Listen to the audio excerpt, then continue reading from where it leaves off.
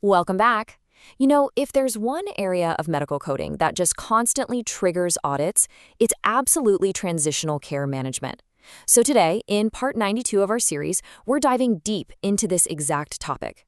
I'm really excited to guide you through this explainer, where we're going to master the strict 30-day countdown for CPT codes 99495 and 99496. These codes are incredibly powerful for patient care, but they require literal, absolute precision. Okay, let's quickly check our roadmap for this explainer. We're going to cover TCM scope and goals, compare CPT 99495 versus 99496, look at the mandatory communication and deliverables, hit the billing rules and mechanics, and wrap up with the top audit red flags. All right, Section 1, TCM scope and goals. Let's get right into it. So what exactly is it? Well, transitional care management refers to services addressing the coordination of care for patients transitioning from an inpatient setting back to a community setting. Practically speaking, we're talking about that critical 30-day window right after a patient leaves a facility. Think acute care hospitals, inpatient rehab, long-term acute care facilities or LTACs, observation units, or skilled nursing facilities. And they have to be moving back to a community setting. So their home, a domiciliary, or an assisted living facility.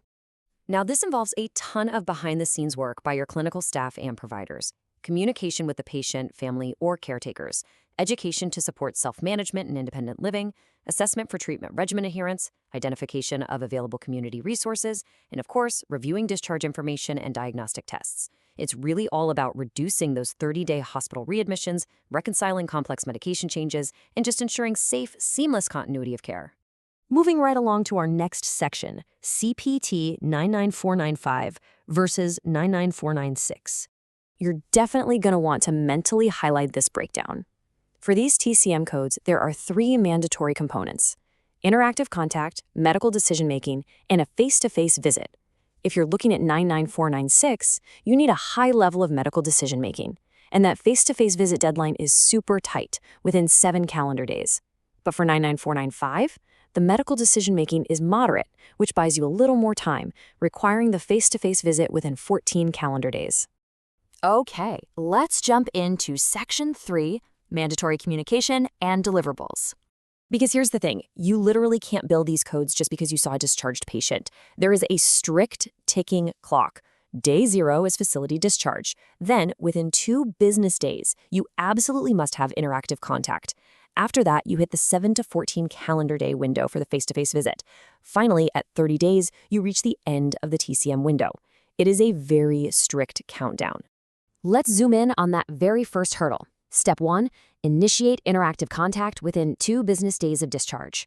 Step 2, utilize direct, telephonic, or electronic communication means. Step 3, coordinate care, assess needs, and prepare for the face-to-face visit. Whether it's a phone call, an email, or an EHR portal message, you gotta hit that 2 business day mark. Oh, and a quick compliance pro tip. If you can't reach them, the guidelines require you to document at least 2 unsuccessful attempts within those 2 business days to stay compliant. Then we have this absolute non-negotiable rule.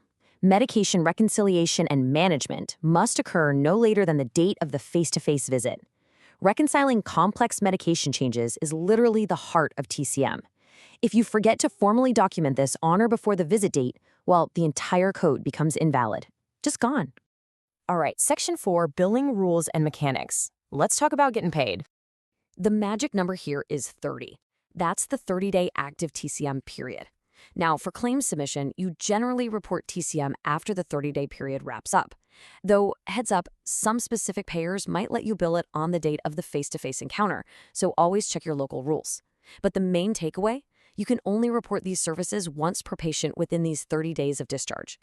And looking straight at the CPT guidelines, it's explicitly stated that another TCM may not be reported by the same individual or group for any subsequent discharges within those 30 days.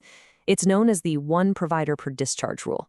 You're restricting the TCM reporting to a single reporting physician or qualified healthcare professional per patient per 30-day period.